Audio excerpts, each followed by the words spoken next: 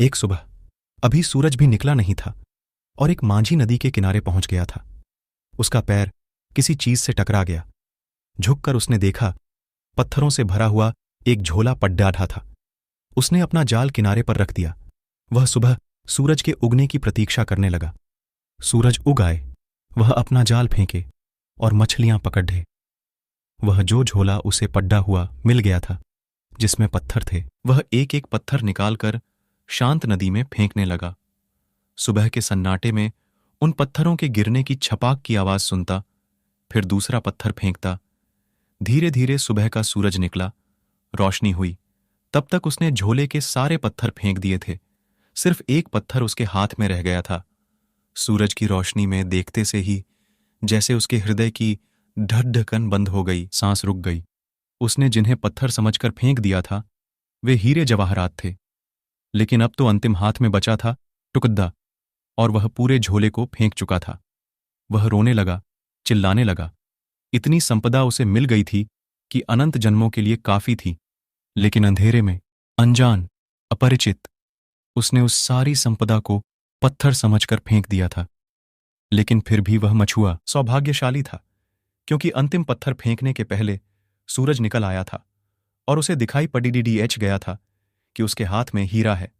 साधारणतः सभी लोग इतने सौभाग्यशाली नहीं होते हैं। जिंदगी बीत जाती है, सूरज नहीं निकलता, सुबह नहीं होती, रोशनी नहीं आती, और सारे जीवन के हीरे हम पत्थर समझकर फेंक चुके होते हैं। जीवन एक बड़ी संपदा है, लेकिन आदमी सिवाय उसे फेंकने और गंवाने के कुछ भी नहीं करता है। जीवन क्या है यह भी पता नहीं चल पाता और हम उसे फेंक देते हैं। जीवन में क्या छिपा था, कौन से राज, कौन सा रहस्य, कौन सा स्वर्ग, कौन सा आनंद, कौन सी मुक्ति, उस सबका कोई भी अनुभव नहीं हो पाता और जीवन हमारे हाथ से रिक्त हो जाता है। इन आने वाले 3 दिनों में जीवन की संपदा पर ये थोड़ी सी बातें मुझे कहनी है। लेकिन जो लोग जीवन की संपदा को पत्थर मानकर बैठ गए हैं, वे कभी आंख खोलकर देख पाएंगे कि जिन्हें उन्होंने पत्थर समझा है वे हीरे माणिक हैं। यह बहुत कठिन है। और जिन लोगों ने जीवन को पत्थर मानकर फेंकने में ही समय गंवा दिया है, अगर आज उनसे कोई कहने जाए कि जिन्हें तुम पत्थर समझकर फेंक रहे थे वहां हीरे मोती भी थे, तो वे नाराज होंगे, क्रोध से भर जाएंगे। इसलिए नहीं कि जो बात कही गई वह गलत है, बल्कि इसलिए कि यह बात इस बात का स्मरण दिलाती है कि उन्होंने बहुत सी संपदा फेंक दी। लेकिन चाहे हमने कितनी ही संपदा फेंक दी हो, अगर एक क्षण भी जीवन का शेष है तो फिर भी हम कुछ बचा सकते हैं और कुछ जान सकते हैं और कुछ पा सकते हैं। जीवन की खोज में कभी भी इतनी देर नहीं होती कि कोई आदमी निराश होने का कारण पाए। लेकिन हमने यह मान ही लिया है अंधेरे में, अज्ञान में, कि जीवन में कुछ भी नहीं है सिवाय पत्थरों के। जो लोग ऐसा मानकर बैठ गए हैं, उन्होंने खोज के पहले ही हार स्वीकार कर ली है। मैं इस हार के संबंध में, इस निराशा के संबंध में, इस मान ली गई पराजय के संबंध में सबसे पहली चेतावनी यह देना चाहता हूं कि जीवन मिट्टी और पत्थर नहीं है। जीवन में बहुत कुछ है। जीवन के मिट्टी पत्थर के बीच भी बहुत कुछ छिपा है। अगर खोजने वाली आंखें हों तो जीवन से वह सीढ़ी भी निकलती है जो परमात्मा तक पहुंचती है। इस शरीर में भी जो देखने पर हड्डी, मांस और चमद्दी से ज्यादा नहीं है, वह छिपा है। रूप के भीतर अरूप छिपा है और दृश्य के भीतर अदृश्य का वास है। और मृत्यु के कुहासे में अमृत की ज्योति छिपी हुई है। मृत्यु के धुएं में अमृत की लौ भी छिपी हुई है। वह फ्लेम, वह ज्योति भी छिपी हुई है जिसकी कोई मृत्यु नहीं है। लेकिन हम धुएं को देखकर ही वापस लौट आते हैं और ज्योति को नहीं खोज पाते हैं। या जो लोग थोड़ी हिम्मत करते हैं, वे धुएं में ही खो जाते हैं और ज्योति तक नहीं पहुंच पाते हैं।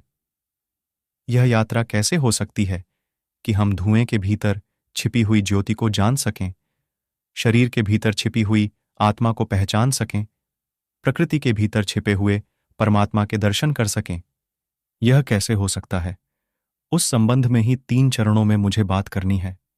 पहली बात, हमने जीवन के संबंध में ऐसे दृष्टिकोण बना लिए हैं, हमने जीवन के संबंध में ऐसी धारणाएं बना ली हैं हमने जीवन के संबंध में ऐसा फलसफा खदाहा कर रखा है कि उस दृष्टिकोण और धारणा के कारण ही जीवन के सत्य को देखने से हम वंचित रह जाते हैं।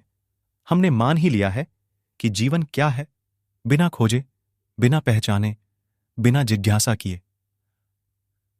हमने जीवन के संबंध में कोई निश्चित बात ही समझ रखी है। हजारों वर्षों से हमें एक ही बात मंत्र की तरह पढ़ाई जा रही है कि जीवन असार है, जीवन व्यर्थ है, जीवन दुख है। सम्मोहन की तरह हमारे प्राणों पर यह मंत्र दोहराया गया है कि जीवन व्यर्थ है, जीवन असार है, जीवन दुख है, जीवन छोड़ देने योग्य है।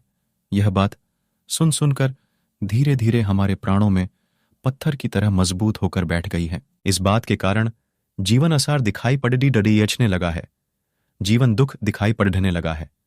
इस बात के कारण जीवन ने सारा आनंद, सारा प्रेम, सारा सौंदर्य खो दिया है। मनुष्य एक कुरूपता बन गया है, मनुष्य एक दुख का अड्डा बन गया है। और जब हमने यह मान ही लिया है कि जीवन व्यर्थ है, आसार है, तो उसे सार्थक बनाने की सारी चेष्टा भी बंद हो गई हो तो आश्चर्य नहीं है। अगर हमने यह मान ही लिया है कि जीवन एक कुरूपता है, तो उसके भीतर सौंदर्य की खोज कैसे हो सकती है?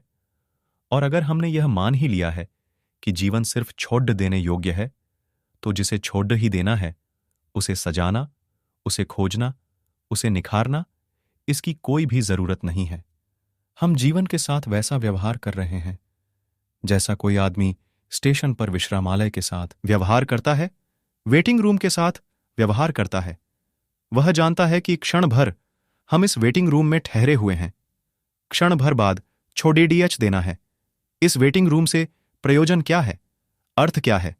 वह वहां मूंगफली के छिलके भी डालता है, पान भी थूक देता है, गंदा भी करता है और फिर भी सोचता है, मुझे क्या प्रयोजन है, क्षण भर बाद मुझे चले जाना है। जीवन के संबंध में भी हम इसी तरह का व्यवहार कर रहे हैं। जहां से हमें क्षण भर बाद चले जाना है, वहां सुंदर और सत्य की खोज और निर्माण करने की जरूरत क्या है? लेकिन मैं आपसे कहना चाहता हूं, जिंदगी जरूर हमें छोड़ कर चले जाना है, लेकिन जो असली जिंदगी है उसे हमें कभी भी छोड़ने का कोई उपाय नहीं है।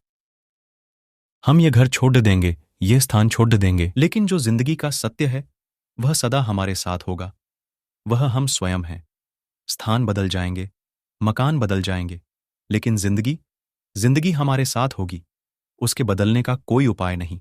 और सवाल यह नहीं है कि जहां हम ठहरे थे उसे हमने सुंदर किया था, जहां हम रुके थे वहां हमने प्रीतिकर हवा पैदा की थी, जहां हम 2 क्षण को ठहरे थे वहां हमने आनंद का गीत हमने गाया था। सवाल यह है कि जिसने आनंद का गीत गाया था उसने भीतर आनंद की और बढ़ी संभावनाओं के द्वार खोल लिए।